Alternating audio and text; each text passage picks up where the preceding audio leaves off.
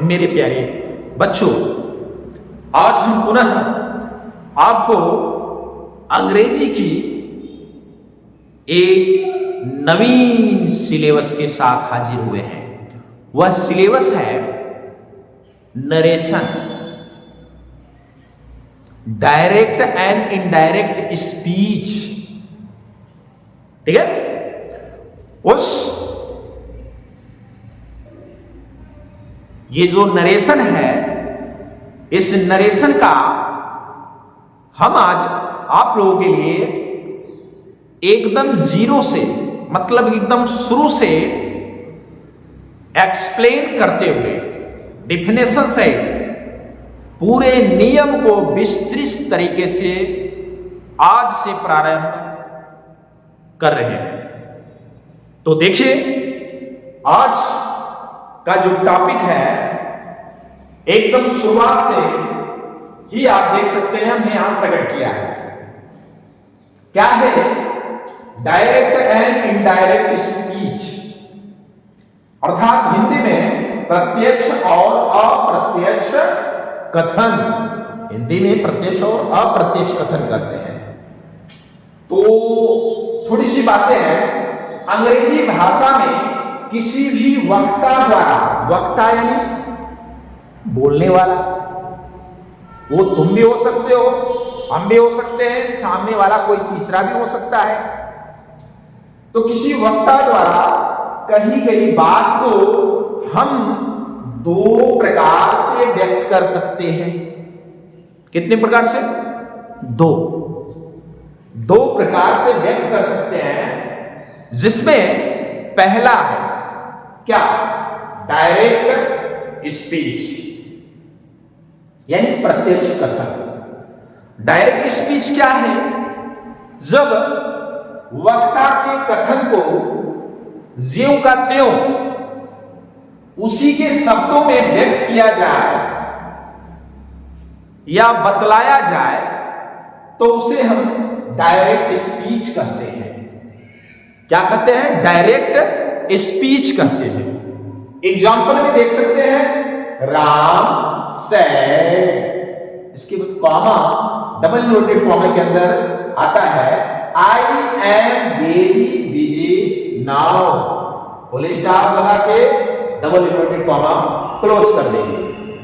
तो इस तरीके से हम यहां एक चीज और देख रहे हैं कि यहां जो डायरेक्ट स्पीच है ये दो पार्ट में बटी हुई है, जो कामा और डबल इन्वर्टेड कॉमा से अलग की गई है। तो इससे हमें यह पता भी चलता है कि डायरेक्ट स्पीच को कामा और डबल इन्वर्टेड कॉमा के अंदर व्यक्त किया जाता है। आइए इसके विषय में और एक्सप्लेनेशन अगली टॉपिक में करेंगे। पहले दूसरे पार्ट की तरफ चलते हैं। दूसरा पार्ट क्या है? इनडायरेक्ट स्पीच, अप्रत्यक्ष कथन। अप्रत्यक्ष कथन अर्थात वक्ता के कथन को अपने शब्दों में उसके भावार्थ के रूप में, माने वो जो कह रहा है उसी के कथन को अपने शब्दों में उसी के कथन के भावार्थ के रूप में व्यक्त करना इनडायरेक्ट स्पीच कहलाता है। ठीक है, जैसे एग्जाम्पल में देख लीजिए, राम, इसी का हम बना दे रहे, देख लीजिए डायरेक्ट स्पीच में इसी का इनडायरेक्ट कर लिया। Ram said that he was very busy then, he was very busy then। यहां पे आप देख सकते हैं, राम said, राम ने कहा, I am very busy now, अब मैं बहुत व्यस्त हूं, अभी मैं बहुत व्यस्त हूं। उसी को यहां इनडायरेक्ट में व्यक्त किया गया है कि राम सेड, राम ने कहा कि, क्या कहा? कि मैं, अर्थात वह, उसकी बात को अपने ढंग से कहेंगे कि वह, he was very busy then, वह तब बहुत व्यस्त था। तो इस तरीके से यह बात जो प्रत्यक्ष और अप्रत्यक्ष की जो एक्सप्लेनेशन परिभाषाएं रूप थी, परिभाषा के रूप में डायरेक्ट इनडायरेक्ट हमने आपको यहां एक्सप्लेन किया, ठीक है। और मैं उम्मीद है कि ये बहुत अच्छे ढंग से आपको समझ में आ रही होगी। चलते हैं हम इसके आगे की परिभाषाओं को व्यक्त करने। अब हम चलते हैं डायरेक्ट स्पीच के पार्ट की तरफ चलते हैं। डायरेक्ट स्पीच के भाग, डायरेक्ट स्पीच के भाग, डायरेक्ट स्पीच के दो भाग होते हैं। डायरेक्ट स्पीच के कितने भाग? दो भाग होते हैं। पहला रिपोर्टिंग वर्ब, पहला क्या होता है? रिपोर्टिंग वर्ब होता है। किसे कहते हैं? वक्ता के कथन को जिस फिनिट वर्ब, जिस वर्ब से क्या करते हैं? कहना आरंभ करते हैं, उसे रिपोर्टिंग वर्ब कहते हैं। उसे रिपोर्टिंग वर्ब कहते हैं। इसको इन्वर्टेड कॉमास के बाहर लिखा जाता है। किसको? बोलो बोलो बोलो, किसको? रिपोर्टिंग वर्ब को। आइए एग्जाम्पल देते हुए आपको समझाते हैं। क्या है example? Rita said to me, Rita मुझसे कही, क्या कही? डबल इन्वर्टेड कॉमा के अंदर देखिए, आई एम ए स्टूडेंट, मैं एक विद्यार्थी हूं। तो यहां पे आपने बताया गया कि जो फिनिट वर्ब है, रीता कहती है, फिनिट वर्ब, ये वर्ब है ना, इस पूरे वाक्य को यहां से यहां तक वर्ब इसी के अंतर्गत आया, लिखा गया है। तो ये जो कॉमा के पहले और डबल इन्वर्टेड कॉमा के बाहर वाला पार्ट, ये जो रीता कहती है अपनी बातों को जिस वर्ब के साथ, ये पूरे वाक्य जो होते हैं एक तरह से ये रिपोर्टिंग वर्ब कहलाते हैं। इन्वर्टेड कॉमर्स के बाहर का भाग इसी को कहते हैं। आपने यहां लिखा था, इसको इन्वर्टेड कॉमा के बाहर लिखा जाता है। समझ में आया ना? तो आइए दूसरी को देखते हैं। दूसरी पार्ट क्या है? Reported speech. क्या? रिपोर्टेड स्पीच क्या है? जो बातें वक्ता द्वारा कही जाती है, वक्ता द्वारा जो बातें कही जाती है, अर्थात यहां देखिए रीता वक्ता थी और रीता ने क्या कहा था? मैं एक स्टूडेंट हूं। तो वही चीज, जो बातें वक्ता द्वारा कही जाती है उसे रिपोर्टेड स्पीच कहते हैं। उसी को रिपोर्टेड स्पीच कहते हैं। इसे इन्वर्टेड कॉमास के अंदर लिखा जाता है। यही एग्जाम्पल हम यहां लिख देते हैं। रीता कहती है, रीता ने क्या कहा? आई एम अ स्टूडेंट, मैं एक विद्यार्थी हूं। इस तरीके से आप देख सकते हैं ये कॉमा के बाद और डबल इन्वर्टेड कॉमा के अंदर का part I am a student क्या हुआ? Reported speech. और इसको इन्वर्टेड कॉमास के अंदर लिखा जाता है और इसे इन्वर्टेड कॉमा का भाग भी कहा जाता है। तो आइए अब हम इसके आगे, ये वीडियो यहां आपकी यहां तक कंप्लीट होती है। आगे की पार्ट की तरफ चलते हैं, ठीक है। डायरेक्ट स्पीच के भागों के बाद अब हम डायरेक्ट स्पीच के कुछ बातों और कुछ बिंदुओं अथवा कुछ तथ्यों के विषय में बात करते हैं कि कौन कौन से तथ्य उसके अंतर्गत आते हैं, उनका विशेष ध्यान रखना चाहिए। तो पहला तथ्य क्या है? डायरेक्ट स्पीच में वक्ता के कथन को इन्वर्टेड कॉमास के अंदर रखा जाता है। ध्यान रखना, हमेशा कभी भूलना नहीं इन्वर्टेड कॉमा लगाना। दूसरी बात, रिपोर्टिंग वर्ब के बाद कॉमास का प्रयोग होता है। रिपोर्टिंग वर्ब लिखे थे ना, Rita said to me, comma, उसका प्रयोग भी मत भूलना।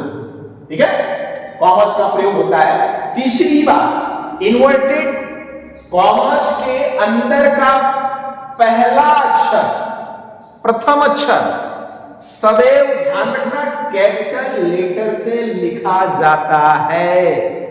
भूल कर भी डबल इन्वर्टेड कॉमा के जो अंदर होता है उसका पहला अक्षर छोटा मत लिखना।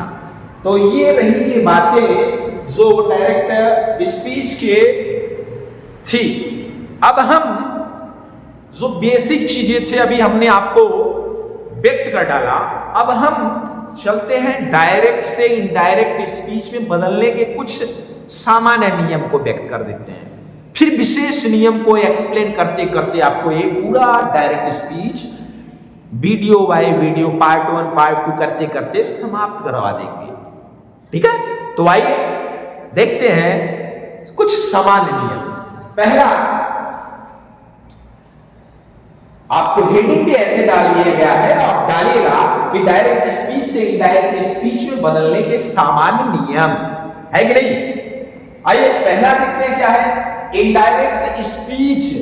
ध्यान दीजिएगा, इनडायरेक्ट स्पीच में इन्वर्टेड कॉमास को हटा देते हैं।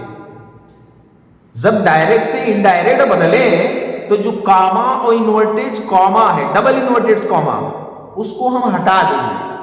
दूसरी, रिपोर्टिंग वर्ब के बाद जो कामा भी लगाते हो ना, उसका भी प्रयोग नहीं करेंगे। तीसरी, रिपोर्टिंग वर्ब का जो टेंस है, रिपोर्टिंग वर्ब का जो टेंस है, जैसे Sita says, Sita said to me, कुछ भी आए उस कॉमा के ठीक पहले वाला पार्ट यानी रिपोर्टिंग वर्ब के वर्ब का टेंस कभी नहीं बदलेंगे। ध्यान देना, परिवर्तन होगा जो हम आपको बताएंगे कि कौन कहां जाएगा। जैसे सेज है, सेज के बाद कोई ऑब्जेक्ट है तो टेल्स में जाएगा, और से है तो टेल में जाएगा, सेड है तो टोल्ड में जाएगा। ये सब चीजें अभी बताया जाएगी। खैर ध्यान रखना, ये परिवर्तन होगा लेकिन टेंस नहीं बदलेगा, तो ध्यान देना इसको। आपने पढ़ा क्या, रिपोर्टिंग वर्ब का टेंस कभी नहीं बदलता, ध्यान देना इसको। चौथा क्या है, रिपोर्टिंग वर्ब को भाव के अनुसार, जो बदलने के लिए हमने एक्सप्लेन किया, भाव के अनुसार किसमें बदलेंगे, टोल्ड में, आस्क्ड में, रिक्वेस्टेड में, या एडवाइज्ड में, अथवा ऑर्डर्ड में, कमांडेड में और प्लीडेड में आदि में बदल देते हैं। इसको भी ध्यान देना है, ये कुछ सामान्य नियम है हम बता रहे हैं। पांचवा इसमें आपको बताया गया, रिपोर्टिंग वर्ब के बाद उचित कंजंक्शन का प्रयोग करेंगे। जो कामा है और इन्वर्टेड कॉमा जहां से आरंभ होता है कॉमा के बाद, तो उसके बीच में दोनों वाक्यों को, रिपोर्टिंग वर्ब और रिपोर्टेड स्पीच को जोड़ने के लिए कंजक्शन का प्रयोग करेंगे। उचित वो भी बताई जाएगी नियमानुसार। असर्टिव सेंटेंस है यानी अफर्मेटिव सेंटेंस है तो उसके लिए दैट, इंट्रोगेटिव है वो भी फर्स्ट टाइप है तो इफ या वेदर, सेकेंड टाइप है तो आपका क्वेश्चन वर्ड ही काम करेगा, इंपरेटिव है और अदर वाक्य आएंगे तो उसको उस वाक्य के पहले आपको रूल्स देते रहेंगे। तो अभी आप देखिए कि रिपोर्टिंग वर्ब के बाद उचित कंजक्शन दैट, जैसे दैट, इफ या वेदर, इफ या वेदर दोनों को ये इंट्रोगेटिव फर्स्ट टाइप में, अथवा टू इंपरेटिव वगैरह में कहीं लगता है कहीं नहीं लगता है, एक्सक्लेमेशन है, ऑब्जेक्टिव है, जो भी हो उसके अनुसार आप लोग क्या करें, प्रयोग करते हैं। ठीक है, तो इसके बाद अब हम चलते हैं छठवीं नंबर की तरफ। चलिए पांचवी की बात देखते हैं। 6 नंबर, आई क्या है, आई तथा प्रॉपर नाउन। प्रॉपर नाउन क्या होता है आपको एक्सप्लेन हमने किया है। जैसे किसी व्यक्ति का नाम, किसी स्थान का नाम, कोई हिस्टोरिकल पैलेस या प्लेस का नाम, कोई देश, कोई स्टेट, कोई नदी का नाम, कुछ भी हो सकता है। ये सब प्रॉपर नाउन के अंतर्गत आते हैं, है कि नहीं। तो आई तथा तथा प्रॉपर नाउन को छोड़कर, ध्यान देना, रिपोर्टेड स्पीच का पहला अक्षर स्मॉल लेटर में लिखा जाएगा, में छोटे अक्षर में लिखा जाएगा। ध्यान देना इसको। अगला देखते हैं 7वां नंबर, टेंस।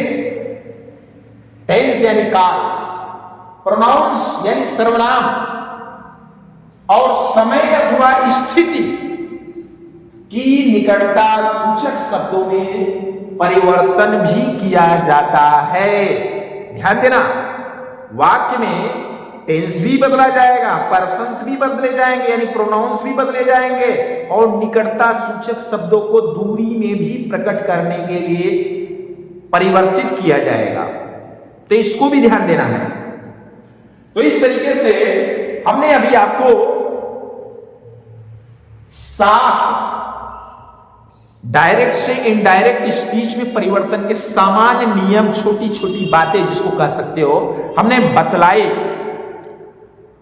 अब हम ध्यान देंगे कि आगे इन सारे नियमों को किस किस प्रकार के सेंटेंसों में हम परिवर्तित करके पढ़ेंगे।